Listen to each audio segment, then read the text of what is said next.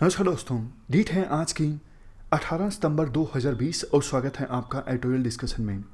3 issues आज हम discuss करेंगे। सबसे पहले क्लाइमेट चेंज मिटिगेशन से संबंधित स्ट्रेटजी के बारे में, दूसरा इशू हम एनिमल्स के वेलफेयर से संबंधित डिस्कस करेंगे और तीसरा यूनाइटेड नेशंस सिक्योरिटी काउंसिल में इंटरनल रिफॉर्म्स के बारे में।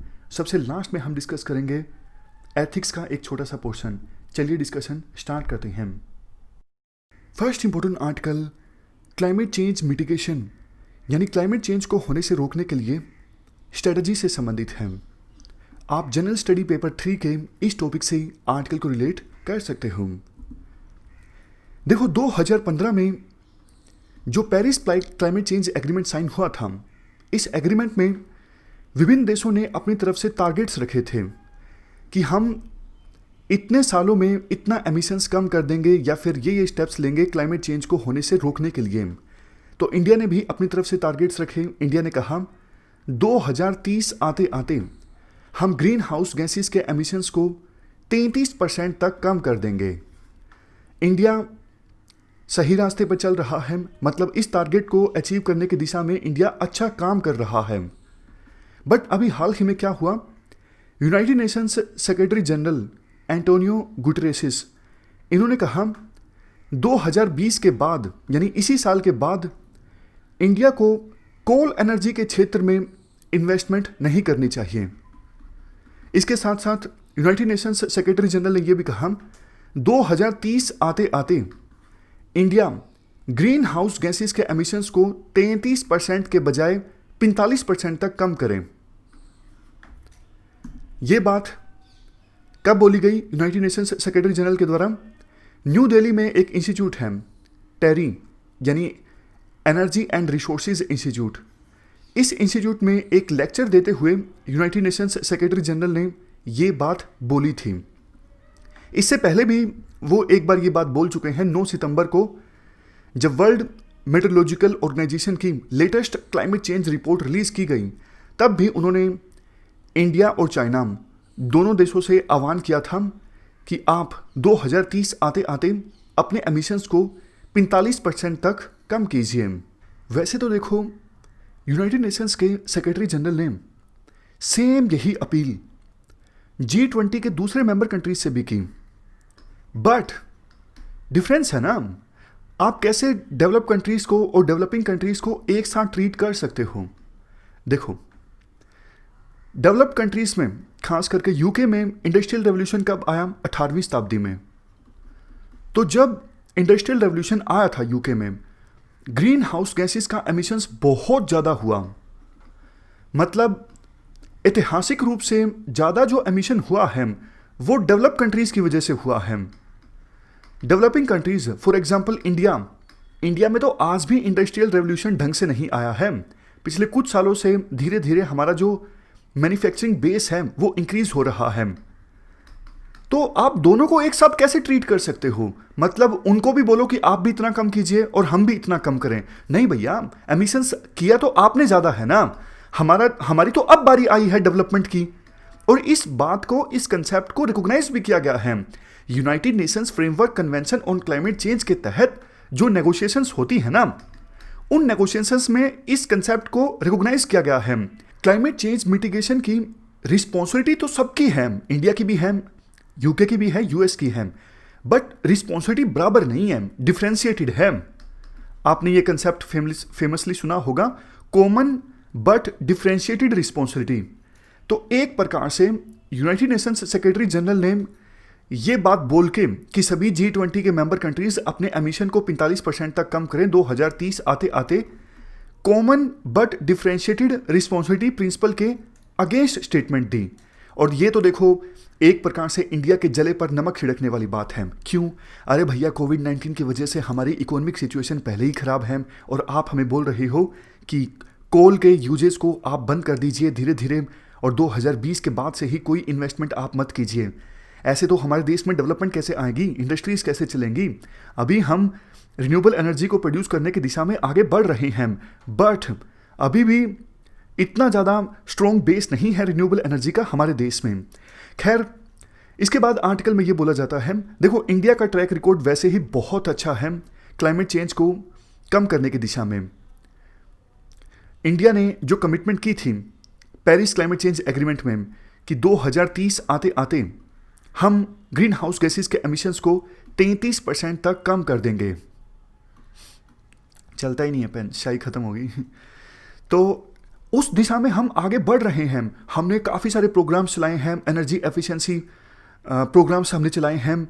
और देखो पर कैपिटा एमिशन हमारे देश में बहुत कम है। पर कैपिटा एमिशन मतलब एवरेज अगर लगाएं कि हर एक पर्सन हमारे देश में कितना एमिशन करता है, तो वो देखो 0.5 टन के आसपास आता है। जबकि ग्लोबल एवरेज कितनी है पर कैपिटा एमिशन की? ग्लोबल एवरेज है 1.3 टन। एक सेकेंड, इस पेन को हम ठीक कर लेते हैं। चल गया। तो ग्लोबल एवरेज कितनी है पर कैपिटा एमिशन की? 1.3 टन। और दूसरे देश जैसे चाइना, यूएसए, यूरोपियन यूनियन के कंट्रीज, मेंबर कंट्रीज, इनकी देखो per capita emission global average से काफ़ी ज़्यादा है। और देखो टोटल एमिशन की भी हम बात कर लेते हैं। हमारे देश में अभी पॉपुलेशन है 1.3 बिलियन। 2017 तक इंडिया सिर्फ 4% एमिशन के लिए रिस्पॉन्सिबल है। मतलब पास्ट में जितना भी एमिशन हुआ है उसमें सिर्फ 4% इंडिया ने कंट्रीब्यूट किया है। जबकि देखो यूके, जिसकी पॉपुलेशन बिल्कुल चुंदी सी है, 448 मिलियन, ये 20% एमिशन के लिए रिस्पॉन्सिबल हैं। समझ गए? तो आप बताइए क्या सेम रिस्पॉन्सिबिलिटी हो सकती है? यूके जो 20% एमिशन के लिए रिस्पॉन्सिबल है, आप कैसे उनको कंपेयर कर सकते हो इंडिया से, जो इतनी ज़्यादा पॉपुलेशन होने के बावजूद सिर्फ 4% एमिशन के लिए रिस्पॉन्सिबल हैं? इसके अलावा देखो ये बोला जाता है आर्टिकल में, United Nations framework convention on climate change ने रिपोर्ट किया था 1990 से लेकर 2017 के बीच डेवलप्ड नेशंस, अगर हम डेवलप्ड नेशन से रशिया और ईस्टर्न यूरोप की कंट्रीज को निकाल दें तो बाकी डेवलप्ड नेशंस जैसे UK, France, Germany, US, majorly ये कंट्रीज, इन्होंने अपना सिर्फ एनुअल एमिशन कम किया 1.3% से। समझ गए? मतलब क्योटो प्रोटोकॉल के अनुसार जो एमिशन कम करना था ना 1990 से 2017 के बीच, इन डेवलप कंट्रीज ने हर एक साल सिर्फ अपने एमिशन को कम किया 1.3% की रेट से। अरे भैया, इतनी तो एरर भी आ जाती है मेजरमेंट में। मतलब ना के बराबर डेवलप कंट्रीज ने अपना जो एमिशन है वो कम किया है। अब आज के समय में यूके और दूसरे डेवलप कंट्रीज कार्बन न्यूट्रलिटी की बात कर रही हैं कि 2050 तक हमें कार्बन न्यूट्रलिटी को अचीव करना है। ये क्या है कार्बन न्यूट्रलिटी? कार्बन न्यूट्रलिटी का मतलब देखो ये है, हमें वो स्टेज हासिल करनी है कि कार्बन एमिशन हो ही ना, जितना कार्बन एमिट हो उतना ही कार्बन एब्जॉर्ब हो जाए, तो इफेक्टिवली कुछ भी कार्बन एमिट ना हो। ये देखो कंसेप्ट तो अच्छा है, बट टाइमलाइन कब की रखी है? 2050 की। इवन यूके की पार्लियामेंट में एक रेजोल्यूशन भी अडॉप्ट किया गया क्लाइमेट इमरजेंसी से संबंधित। ठीक है, आपने रेजोल्यूशन अडॉप्ट किया क्लाइमेट इमरजेंसी से संबंधित, इससे पता लगता है आप सीरियस हो, लेकिन आपने ग्राउंड पे क्या किया वो बात कीजिए ना। सिर्फ रेजोल्यूशन अडॉप्ट करने से अगर क्लाइमेट चेंज मिटिगेशन होता हो तो फिर तो सारे देश ही रेजोल्यूशन को अडॉप्ट कर लेंगे। इफेक्टिवली बताओ ना, आपने ग्राउंड लेवल पे क्या स्टेप्स लिए हैं? तो आज के समय में ये जो डेवलप कंट्रीज है ना, इन्होंने क्या रणनीति अपनाई हुई है कि डेवलपिंग कंट्रीज से आह्वान करना है कि आप कोल को छोड़ दीजिए। अरे भैया, आप गैस का इस्तेमाल कर रहे हो, आप ऑयल का इस्तेमाल कर रहे हो, इनसे भी तो एमिशन होता है, ये भी तो फॉसिल फ्यूल्स है ना। आप कौन सा 100% रिन्यूएबल एनर्जी का इस्तेमाल कर रहे हो? लेकिन आप डेवलपिंग कंट्रीज को फिर भी आप बोल दोगे कि कोल का इस्तेमाल बंद करें। क्या आपने ऑयल और गैस का इस्तेमाल करना बंद कर दिया? नहीं किया। तो किस मुंह से आप ये आह्वान कर सकते हो डेवलपिंग कंट्रीज से? डेवलप कंट्रीज आज के समय में ये बोल रहे हैं कि अगर डेवलपिंग कंट्रीज कोल से एनर्जी प्रोड्यूस करना बंद कर देते हैं तो इससे काफ़ी सारे फायदे होंगे। डेवलपिंग कंट्रीज में जो इनइक्वालिटीज़ हैं, असमानताएं हैं, वो कम होंगी। क्लाइमेट एडेप्टेशन की तरफ डेवलपिंग कंट्रीज आगे बढ़ेंगे। क्लाइमेट एडेप्टेशन का क्या मतलब है? इसका मतलब देखो ये है, process of adjustment to actual और expected climate and its effects. सीधे लफ्जों में बात करें कि क्लाइमेट चेंज के जो बुरे प्रभाव हो रहे हैं उससे अपने आप को अडेप्ट करना, उसके अनुसार ढालना, ये है क्लाइमेट एडेप्टेशन। एग्जाम्पल अगर दूं, जैसे देखो गर्मी ज़्यादा होने लगी है, तो दूसरे अगर बिजली का इस्तेमाल करें तो फिर एमिशंस ज़्यादा होने का खतरा होता है। तो एक ऐसी बिल्डिंग हमें बनानी चाहिए, बिल्डिंग का स्ट्रक्चर इस प्रकार से होना चाहिए, अपने आप ही बिल्डिंग में ठंडक रहे, एसी का इस्तेमाल कम से कम हो। इसके लिए काफ़ी सारी बिल्डिंग कोड्स हमारे देश में और दूसरे देशों में बनाई गई हैं। उन बिल्डिंग कोड्स को फॉलो किया जाए तो बिल्डिंग का स्ट्रक्चर ऐसे होगा कि ठंडक रहेगी। ये एक एग्जाम्पल है क्लाइमेट एडेप्टेशन का। तो डेवलप कंट्रीज ये सारी बातें बोलती हैं, लेकिन देखो अभी अगर डेवलपिंग कंट्रीज स्पेसिफिकली इंडिया एकदम से कोल से एनर्जी प्रोड्यूस करना बंद कर देगी तो फिर हमारे देश में इलेक्ट्रिसिटी की कमी हो जाएगी, क्योंकि अभी हमारे देश में टेक्नोलॉजी इतनी भी अच्छी नहीं आई है कि हम रिन्यूएबल एनर्जी से, मतलब 100 के 100 जो एनर्जी है वो रिन्यूएबल सोर्सेज से प्रोड्यूस कर सकें। देखो जब से यूएस ने पेरिस क्लाइमेट चेंज एग्रीमेंट से विड्रॉ किया है, तब से यूनाइटेड नेशंस सेक्रेटरी जनरल ने यूएसए को कुछ खास नहीं बोला है कि आपने क्यों इस एग्रीमेंट से विड्रॉ किया, आपको नहीं करना चाहिए था, ऐसा कुछ नहीं बोला यूनाइटेड नेशंस सेक्रेटरी जनरल ने। बट इंडिया से आह्वान किया जा रहा है, आह्वान तो वैसे सभी देशों से किया जा रहा है, बट इंडिया ऑलरेडी बहुत कुछ कर रहा है ना, और आप इंडिया को बाकी देशों के साथ ट्रीट नहीं कर सकते। लेकिन यूनाइटेड नेशंस सेक्रेटरी जनरल ज़्यादा प्रेशर इंडिया पर लगा रही हैं कि इंडिया एकदम से कोल पावर प्लांट्स में इन्वेस्टमेंट अपना करना बंद करे। तो ये हमने आर्टिकल डिस्कस किया। लास्ट में ये कहा जाता है कि देखो अगर वास्तव में क्लाइमेट चेंज को रोकने की दिशा में विभिन्न देश सीरियस हैं तो एक दूसरे पर ब्लेम लगाने से कुछ नहीं होगा, मिलकर काम करना होगा। डेवलप कंट्रीज जिनकी रिस्पॉन्सिबिलिटी ज़्यादा बनती है, जिनके पास ज़्यादा रिसोर्सेज हैं, वो क्लाइमेट चेंज को कम करने की दिशा में ज़्यादा बेहतर ढंग से काम कर सकते हैं, उनको ज़्यादा काम करना चाहिए और डेवलपिंग कंट्रीज़ की मदद भी करनी चाहिए, फंड्स प्रोवाइड करके, टेक्नोलॉजी प्रोवाइड करके। तो ये हमने पूरा आर्टिकल डिस्कस किया। क्लाइमेट चेंज को रोकने की दिशा में जो प्रयास लगाए जा रहे हैं उनको लेके क्या डिफरेंसेस हैं विभिन्न देशों के बीच। चलते हैं आगे। नेक्स्ट आर्टिकल एनिमल्स की वेलफेयर से संबंधित है। आप जनरल स्टडी पेपर 3 के इस टॉपिक से और इवन एथिक्स से भी इस आर्टिकल को रिलेट किया जा सकता है। देखो हमारा देश दावा करता है कि हम हमेशा अहिंसा को फॉलो करते हैं, बट इंडिया में काफ़ी बार जिस प्रकार से एनिमल्स की ट्रीटमेंट की जाती है उससे ये दावा पुख्ता साबित नहीं होता है। महात्मा गांधी ने एक बार बोला था, कोई सिविलाइजेशन एनिमल्स को कैसे ट्रीट करती है उससे पता लगता है वो सिविलाइजेशन कितनी ज़्यादा महान है। हमारे देश में पिछले कुछ महीनों में बहुत सारी खबरें सामने आई हैं एनिमल्स के साथ सेक्सुअल अब्यूज़ की, एनिमल्स के ऊपर एसिड गिर दिया गया, छत से गिरा दिया गया या फिर जिंदा जला दिया गया। देखो दोषियों को सज़ा मिलनी चाहिए, मतलब जो भी आरोपी ये सब काम करते हैं उनको कड़ी से कड़ी सज़ा मिलनी चाहिए, ताकि समाज में एक मैसेज तो जाए कि अगर आप एनिमल्स के ऊपर इस प्रकार से अत्याचार करोगे तो उसकी सज़ा आपको भुगतनी पड़ेगी। बट मैसेज नहीं जा पा रहा है। क्वेश्चन उठता है क्यों? इसका आंसर ये है, एनिमल्स के ऊपर क्रूअल्टीज को रोकने के लिए जो एक्ट है, prevention of cruelties to animals act 1960, इसमें काफ़ी सारी कमियां हैं। तो एनिमल के वेलफेयर से जुड़े जो संगठन हैं वो काफ़ी समय से मांग कर रहे हैं कि भैया इस एक्ट में आप अमेंडमेंट कर दो और अभी जिस प्रकार की आवश्यकता है वैसा ही आप ये एक्ट बना दो। लेकिन अभी तक तो देखो अमेंडमेंट हुई नहीं है। तो इस एक्ट में कमियां क्या हैं वो हम डिस्कस कर लेते हैं। सबसे पहली कमी तो देखो ये है, कौन सी चीज़ एनिमल क्रूअल्टीज के अंदर आएगी वो बताया गया है इस एक्ट के सेक्शन 11 में। जैसे देखो एनिमल को किक करना, लात मारना, कुचलना, मार देना, छोड़ देना, ये सब चीज़ें एनिमल क्रूअल्टीज के अंदर आती हैं। लेकिन हैरानी होगी आपको, सबके लिए एक ही सजा है और वो क्या है, 50 रुपये फाइन। ये मतलब कितना अजीब है ये। ह्यूमन बींग्स के सेंस में देखिए, कोई ह्यूमन बींग, कोई एक इंसान दूसरे को थप्पड़ मार देता है उसको भी सेम सजा, और मर्डर कर देता है उसको भी सेम सजा। तो ऐसा प्रोविजन किया हुआ है सेक्शन 11 में। ये सब अपराध हैं, लात मारना, एनिमल को कुचल देना, मार देना, लेकिन सबके लिए सजा सेम, कितनी? 50 रुपये फाइन।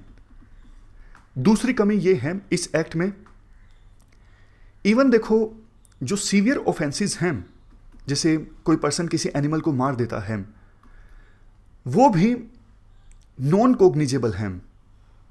नॉन कॉग्निजेबल का मतलब क्या है कि पुलिस एनिमल की हत्या के उस केस को इन्वेस्टिगेट नहीं कर सकती, आरोपी को गिरफ्तार नहीं कर सकती मजिस्ट्रेट की परमिशन के बिना।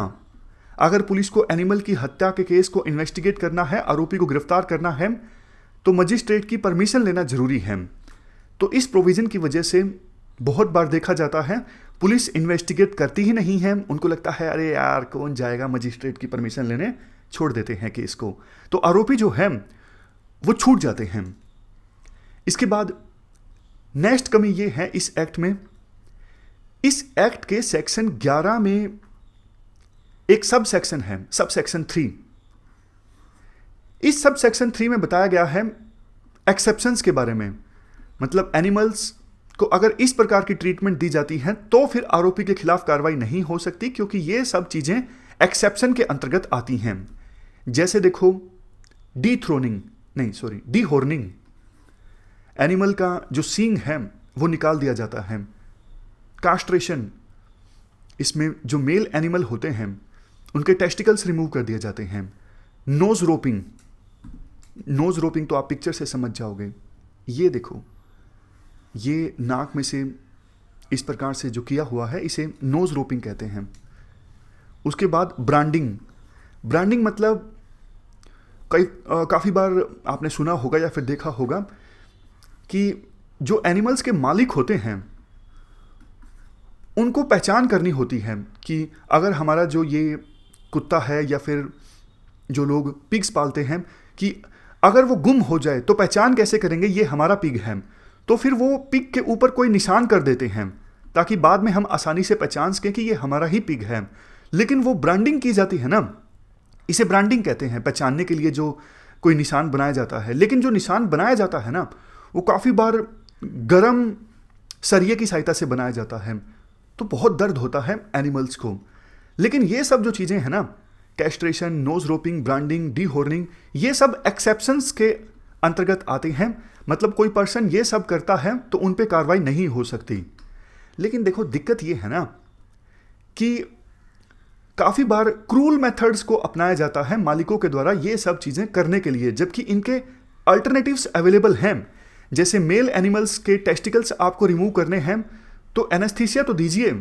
एनेस्थीसिया तो देखो हर एक प्रोसेस के दौरान देना चाहिए, चाहे नोज रोपिंग हो, ब्रांडिंग हो, कैस्ट्रेशन हो, मतलब जहां भी कुछ ऐसा हो जिसमें एनिमल्स को दर्द होता हो तो उस समय एनेस्थीसिया जरूर दिया जाए। और दूसरा, जहां पे आप अल्टरनेटिव का इस्तेमाल कर सकते हो वहां पे अल्टरनेटिव का इस्तेमाल कीजिए। जैसे नोज रोपिंग के बजाय ये फेस हाल्टर का इस्तेमाल किया जा सकता है, दोनों से पर्पज सर्व हो जाता है। तो ये बोला जाता है आर्टिकल में। इसके बाद आती है नेक्स्ट कमी के बारे में। नेक्स्ट कमी तो देखो डेफिनेशन में ही है।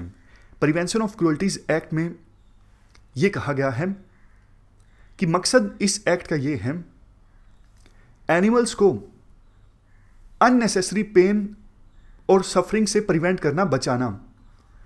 आप एक बात बताओ, ये अननेसेसरी पेन का क्या मतलब है? अनावश्यक पेन, तो ये तो बहुत ज्यादा वेग हो गया ना, एम्बिगुअस है।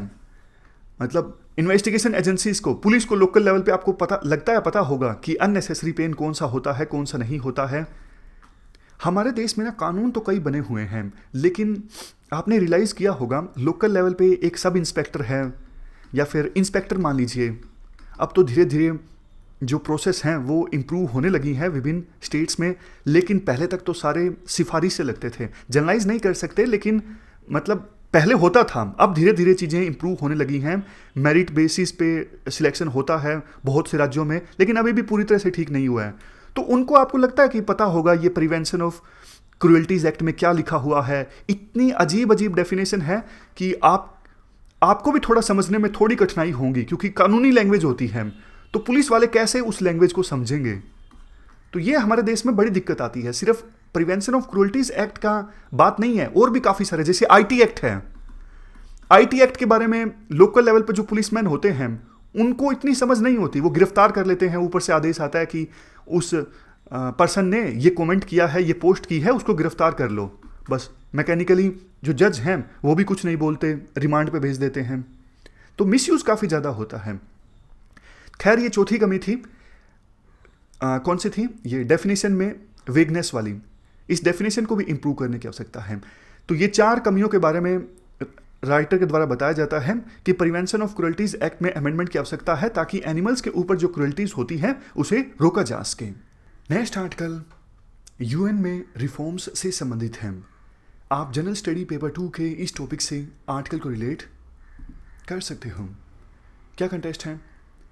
देखो, यूनाइटेड नेशंस को बने 75 ईयर पूरे हो चुके हैं। हाल ही में यूनाइटेड नेशंस का जनरल असेंबली का 75वां सेशन स्टार्ट हुआ। अब आवश्यकता महसूस की जा रही है, अगर यूएन को जिस पर्पज़ के साथ बनाया गया था उस पर्पज़ को सार्थक सिद्ध करना है, तो यूएन में अब रिफॉर्म्स लाने जरूरी हैं। एक टर्किश डिप्लोमेट और पॉलिटिशियन हैं वोल्कन बोजकिर, बाद में ये यूनाइटेड नेशंस जनरल असेंबली के प्रेसिडेंट भी बनेंगे। इन्होंने अपने कंसर्न्स रेज किए कि यूनाइटेड नेशंस सिक्योरिटी काउंसिल की जो रिप्रेजेंटेशन है ज़्यादा तो डेमोक्रेटिक होनी चाहिए, और इस काउंसिल को एक्सपेंड भी करने की आवश्यकता है। ये बात तो देखो इंडिया कितने सालों से बोल रहा है। G4 ग्रुप, जिसमें 4 देश आते हैं, ब्राज़ील, जर्मनी, इंडिया, जापान, ये काफ़ी समय से मांग कर रहे हैं कि हमको यूनाइटेड नेशंस सिक्योरिटी काउंसिल में परमानेंट सीट मिलनी चाहिए। अभी देखो, सिक्योरिटी काउंसिल में परमानेंट सीट 5 देशों के पास है, US, UK, France, Russia, China. तो ये 4 देश जो G4 में शामिल हैं, ये मांग कर रहे हैं हमें भी परमानेंट सीट मिलनी चाहिए सिक्योरिटी काउंसिल में, क्योंकि ये सिक्योरिटी काउंसिल जो बनी थी, ये देखो सेकेंड वर्ल्ड वॉर के बाद बनी थी। उस समय सिचुएशन अलग थी, आज सिचुएशन पूरी तरह से बदल चुकी है। आज यूके, फ्रांस, ये इतने पावरफुल कंट्री नहीं है। देखो, यूरोप से 3 देशों की रिप्रेजेंटेशन है। रशिया भी आधा यूरोप में आता है, यूके भी यूरोप में, फ्रांस भी यूरोप में। तो अकेले यूरोप से 3 देशों की रिप्रेजेंटेशन, अफ्रीका से एक भी देश की रिप्रेजेंटेशन नहीं है, साउथ अमेरिका से एक भी देश की रिप्रेजेंटेशन नहीं है, और इंडिया, इतने ज़्यादा पॉपुलेशन वाला देश, इंडिया की भी रिप्रेजेंटेशन नहीं है। जब 2003 में यूके और यूएस के द्वारा यूनिलेटरली वार इन्वोक किया गया था इराक के ऊपर, बिना यूएन की सहमति के बिना, बहुत देशों ने मांग उठाई थी कि अब तो यूएन में रिफॉर्म्स आने जरूरी हैं, क्योंकि यूएन से अनुमति के बिना ही यूएस ने वार छेड़ दिया इराक के बिना, और यूएन कुछ नहीं कर सका। देखो, जिन देशों के पास वीटो पावर है ना, ये 5 परमानेंट कंट्रीज सिक्योरिटी काउंसिल में, ये अपनी वीटो पावर का इस्तेमाल करते हैं अपने खुद के जियोपॉलिटिकल इंटरेस्ट को सर्व करने के लिए।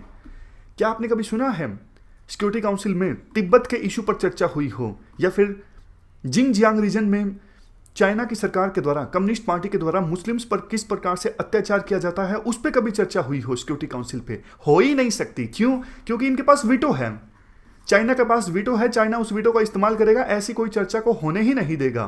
तो कहने का मतलब ये है, ये वीटो वाले देश इस वीटो का इस्तेमाल करते हैं अपने जियोपॉलिटिकल इंटरेस्ट को सर्व करने के लिए।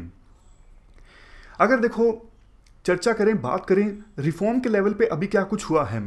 देखो, 2008 में जब यूनाइटेड नेशंस की जनरल असेंबली की 122वीं प्लीनरी मीटिंग ऑर्गेनाइज हुई थी, तो उसमें inter governmental negotiation framework on equitable representation as well as expansion of United Nations Security Council को फैसिलिटेट किया गया था।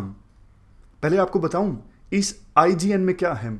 आईजीएन में देखो विभिन्न देश शामिल हैं। यूनाइटेड नेशंस सिक्योरिटी काउंसिल में रिफॉर्म लाने की दिशा में जो चर्चा करते हैं। G4 ग्रुप, जिसमें 4 देश शामिल हैं जो मांग करते हैं हमें परमानेंट सीट दी जाए। कॉफ़ी क्लब जो विरोध करते हैं।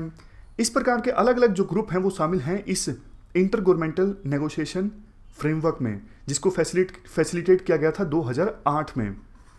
2015 में इसके बाद यूनाइटेड नेशंस जनरल असेंबली ने एक रेजोल्यूशन अडोप्ट किया कि एक फ्रेमवर्क डॉक्यूमेंट के आधार पर आईजीएन को काम करने दिया जाए रिफॉर्म लाने की दिशा में। लेकिन इसका विरोध किया गया यूएसए, रशिया, चाइना, इन सब देशों के द्वारा, क्योंकि इनको लगता है हमारे पास परमानेंट सीट है, हमारे पास वीटो है और किसी को नहीं मिलनी चाहिए। फ्रांस और यूके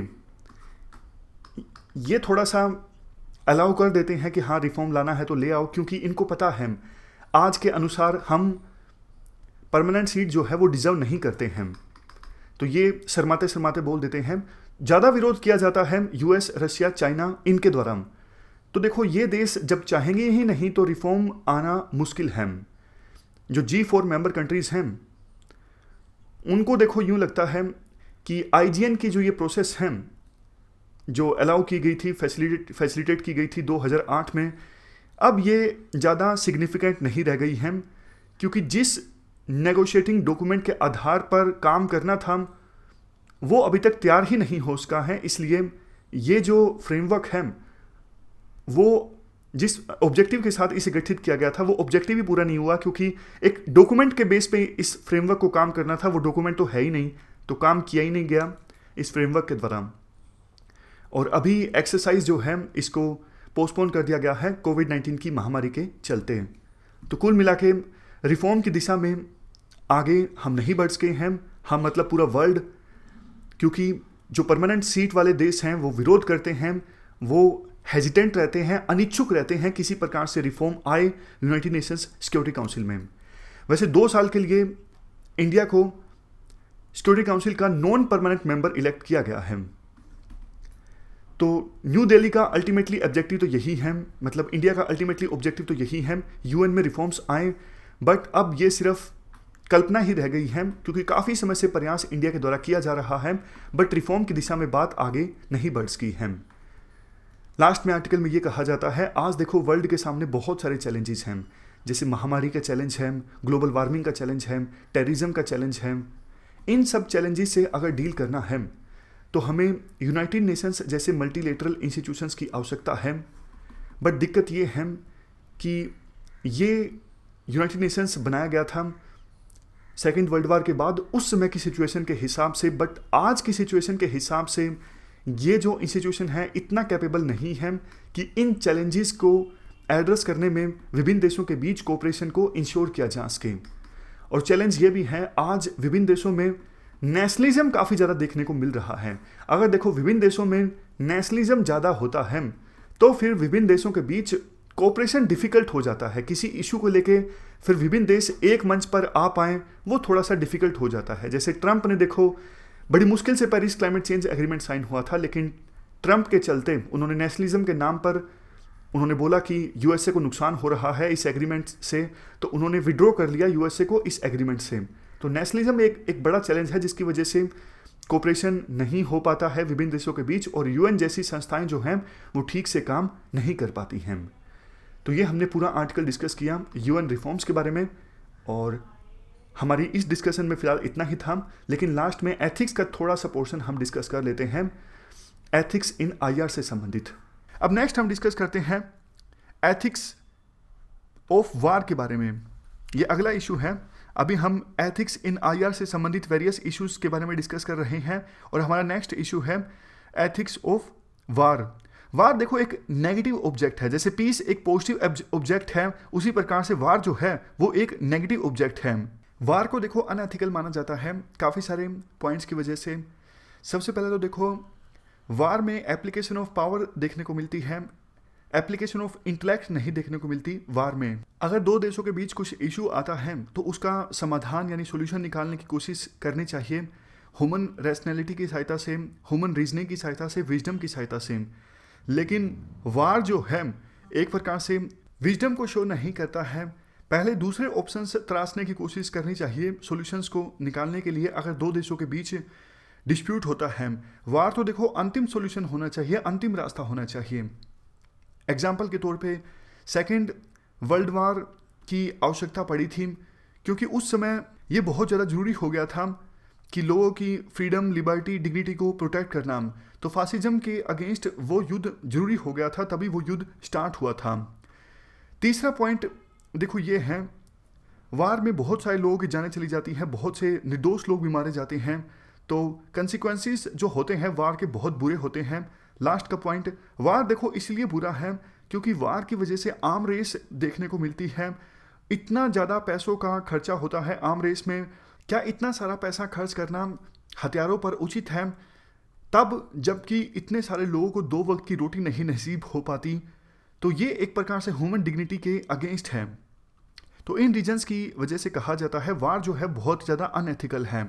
लेकिन जैसा हमने पहले डिस्कस किया, बहुत बार ऐसी सिचुएशन भी होती है जहाँ पे वार जरूरी हो जाता है। For example second world war fascism के खिलाफ जो स्टार्ट हुआ था, तो जेनेवा कन्वेंशन एक प्रकार से बताती है कि वार के दौरान किन स्टैंडर्ड्स को फॉलो किया जाना चाहिए, किन एथिक्स को फॉलो किया जाना चाहिए। तो इनको कहा जाता है वार एथिक्स। जैसे देखो, वार के दौरान कोई भी देश सिविलियन पॉपुलेशन पे अटैक नहीं करेगा, और अगर कोई किसी देश की मिलिट्री सरेंडर करती है पीस के लिए, तो दूसरी साइड को मिलिट्री के उस दूसरे देश की मिलिट्री के डिसीजन को रिस्पेक्ट करना होगा। ऐसा नहीं कि मान लीजिए ए और बी देश की आपस में लड़ाई है, ए देश की मिलिट्री सरेंडर करना चाहती है लेकिन बी देश की मिलिट्री जो है नहीं चाहती कि हम ए देश के सरेंडर को स्वीकार करें, ख़त्म करना चाहती है बी देश की मिलिट्री ए देश की मिलिट्री को। ऐसा नहीं होना चाहिए। जैसे 1971 के वार में पाकिस्तान की आर्मी ने सरेंडर किया था, तो हमने उनके सरेंडर को एक्सेप्ट किया था। ये वार एथिक्स है। इसके अलावा देखो, मान लीजिए ए देश के सैनिक शहीद हो जाते हैं या मारे जाते हैं बी देश में, तो बी देश को उन सैनिकों का सम्मान करना होगा, या तो वापस लौटाना होगा सम्मान के साथ ए देश को। अदरवाइज अगर वहीं पर उनका अंतिम संस्कार किया जाता है तो प्रॉपर रिस्पेक्ट के साथ उनको दबाया जाएगा या फिर उनका अंतिम संस्कार होगा। इसके बाद मिलिट्री ह्यूमन राइट्स को वायलेट नहीं करेगी कन्फ्लिक्ट जोन में, और ह्यूमन बींग्स को कन्फ्लिक्ट जोन में एज ए शील्ड इस्तेमाल नहीं किया जाएगा। ऐसा नहीं कि ह्यूमन बींग्स को आगे कर कर पीछे पीछे मिलिट्री चले और उनको एक प्रकार से शील्ड की तरह इस्तेमाल किया जाए, ऐसा नहीं होगा। ये एक प्रकार से वार एथिक्स के अगेंस्ट है। तो ये हमने डिस्कस किया एथिक्स इन आईआर में वार से संबंधित इश्यू।